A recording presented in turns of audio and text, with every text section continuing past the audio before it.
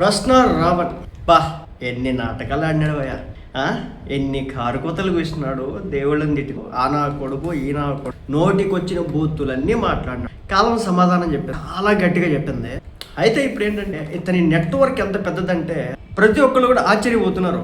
మాజీ ఐపీఎస్ అధికారులు కూడా దీంట్లో ఉన్నారు అనేది హైదరాబాద్లోని జూబ్లీ హిల్స్లో వైసీపీ నేత యొక్క ఇంట్లో నుంచి దీనికి సంబంధించి స్టూడియో నుంచి ఇదంతా కూడా జరుగుతుంది అనేది కొన్ని వార్తలు వింటూ ఉంటే అసలు ఇది ఎంత పెద్ద నెట్వర్క్ అంటే ఇతనికి అంత ధైర్యం ఎక్కడి నుంచి వచ్చింది? ఎవరు వెనకుండి ఇతన్ని ప్రోత్సహించినారు? ఇతని అకౌంట్లలో డబ్బులు వేసింది ఎవరు? దాదాపు 10-12 వీడియోల దాకా రకరకాల మహిళలతో ఉన్నటువంటి వీడియోని డిలీట్ చేయడం వెనుక అసలు ఏం జరుగుతూ ఉంది, ఏం కథ నడుస్తూ ఉంది అంటే అర్థం కానటువంటి పరిస్థితి. అంటే ఒక సామాన్యుడు ఇంతలా రెచ్చిపోయి పవన్ కళ్యాణ్ గారిని ప్రతినిత్యం తిడతా, పర్టికులర్గా టార్గెట్ చేసుకుంటా, రిలీజియస్ పరంగా మతాల్ని రెచ్చగొడతా, ఓ పక్క బీజేపీని ఇంకో పక్క ఆర్ఎస్ఎస్ భావజాలం ఉన్నటువంటి వ్యక్తుల్ని, లేదంటే బీజేపీ పార్టీకి సపోర్ట్ చేసేటటువంటి వ్యక్తుల్ని, అలాగే పవన్ కళ్యాణ్ గారిని, టీడీపీ పార్టీని, జనసేన పార్టీని, లోకేష్ గారిని, సో పర్టికులర్గా కొంతమంది నేతల్ని టార్గెట్ చేసుకుంటా చేసేటటువంటి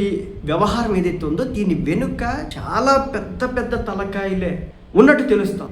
చాలా పెద్ద తలకాయలు, చిన్న తలకాయలు అయితే కాదు, పెద్ద దానికి సంబంధించి పూర్తి వివరాలు అతి తొందరలో తెలియడానికి అవకాశం అయితే ఉంది. ఎందుకంటే గమన్న ఎవరు ప్రశ్న రావణ్ని అరెస్ట్ చేసిన తర్వాత బొక్కలో వేసిన వెంటనే బయటకు వచ్చి రకరకాల వీడియోలు చేయడం నెంబర్ 1. ఆ తర్వాత వెంటనే జగన్మోహన్ రెడ్డి గారిని కలవడం కోసం చెప్పేసి ఎయిర్పోర్ట్కి వెళ్ళడం, అక్కడ జగన్మోహన్ రెడ్డి గారు ఈమెని కలవడం, మీకు లీగల్ సపోర్ట్ ఏదో ఇస్తామన్నట్టుగా వాళ్ళకి ఏదో ఇవ్వడం, ఇదంతా కూడా మనం చూసాం. ఇప్పుడు ట్విస్ట్ ఏంటో తెలుసా? ఈ గమన ఎవరైతే ఉన్నారో ఈ ప్రశ్న రావణ్ దగ్గర ఈమె వర్క్ చేస్తుందా లేదంటే ఆమె దగ్గర ఇతను వర్క్ చేస్తున్నాడో తెలియదు, కానీ ఈ గమన కాల్ లాగ్ ఈమె మాట్లాడేటువంటి ఫోన్లో 2 రిటైర్డ్ ఐపీఎస్ నెంబర్లు, వీళ్ళు ఆంధ్ర రాష్ట్రానికి సంబంధించినటువంటి ఐపీఎస్ ఆఫీసర్. సో ఇప్పుడు వాళ్ళు ప్రభుత్వ ఉద్యోగంలో అయితే లేరు, రిటైర్ అయ్యారు. ఎమర్జెన్సీ కాంటాక్ట్కి ఒక ఐఏఎస్ ఫోన్ నెంబర్. ఎవరున్నారు వీళ్ళ? అందుకేనా వీళ్ళలో కొంతమంది బయటకు వచ్చి ప్రశ్న రావణ్ తప్పు చేయలేదు, ఇతను తప్పు ఎక్కడ మాట్లాడలేదు, కేవలం గవర్నమెంట్ కావాలని చెప్పేసి రెచ్చగొట్టే విధంగా చేసి ఈ విధంగా చేసింది, కేసులు పెట్టిందని చెప్పేసి కొంతమంది మాట్లాడుతూ ఉన్నారు. సో చాలా పెద్ద తలకాయలు ఉన్నాయి. ఆ తలకాయల పేర్లు అతి త్వరలో బయటకు రాబోతా ఉన్నాయి. వైసీపీ కోసం ఒక 2 ఐపీఎస్ అధికారులు సైతం కూడా కలిసి, అంటే వాళ్ళు ఎవరైతే గవర్నమెంట్లో ఉన్నారో లేదంటే ఉద్యోగంలో ఉన్నారో ఆ టైంలో వీళ్ళిద్దరికి పడేది కదట. ఎప్పుడైతే వీళ్ళ పదవి విరమణ జరిగిందో ఆ తర్వాత వీళ్ళు బద్ధ శత్రువులు కాస్త మిత్రులైపోయి, ప్రాణ స్నేహితులైపోయి, కూటమి ప్రభుత్వానికి వ్యతిరేకంగా వైసీపీ పార్టీకి సపోర్ట్. ఒకప్పుడు ఇదే వైసీపీ పార్టీ మీద నిప్పులు జరిగేవాళ్ళంట, వైసీపీ పార్టీతో పెద్ద పడేది కాదంట. బట్ ఈరోజు చూస్తే అదే వైసీపీ పార్టీకి సపోర్ట్గా చేయడం అయితే జరుగుతూ ఉంది. గమనకి సంబంధించిన కాల్ లాగ్లో ఆమె మాట్లాడిన ఫోనుల్లో ఈ రిటైర్డ్ ఐపీఎస్ అధికారి ఎందుకున్నారు, ఏం చేయడానికి ఉన్నారు?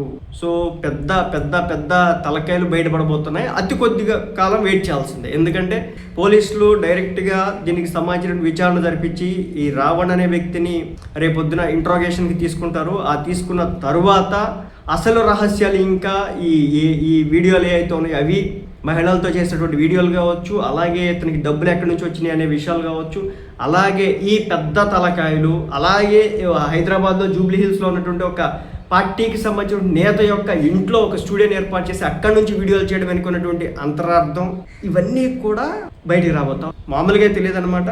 ఐఏఎస్లు, ఐపీఎస్లు, ఆ స్థాయి వ్యక్తులు, కొన్ని పార్టీలకు సంబంధించిన వ్యక్తులు, పెద్ద తలకాయలన్నీ కూడా ఈ ప్రశ్న రావణ్ వెనుక ఉన్నారు కాబట్టే ఈ వ్యక్తికి ఒక హద్దు పొద్దు లేకుండా దేవుడి దగ్గర నుంచి మొదలు పెడితే సామాన్యుల వరకు ప్రతి ఒక్కరిని కూడా నోటుకు వచ్చినట్టుగా అడ్డగోలుగా కారుకూతలు పోయడం అయితే జరిగింది. వాళ్ళు ఎవరు, ఏంది కథ అనేది అతి కొద్ది రోజుల్లో మీకు తెలియబోతా ఉంది. అఫీషియల్గా పోలీసులే చెప్తారు. అప్పుడు మాట్లాడుకుందాం.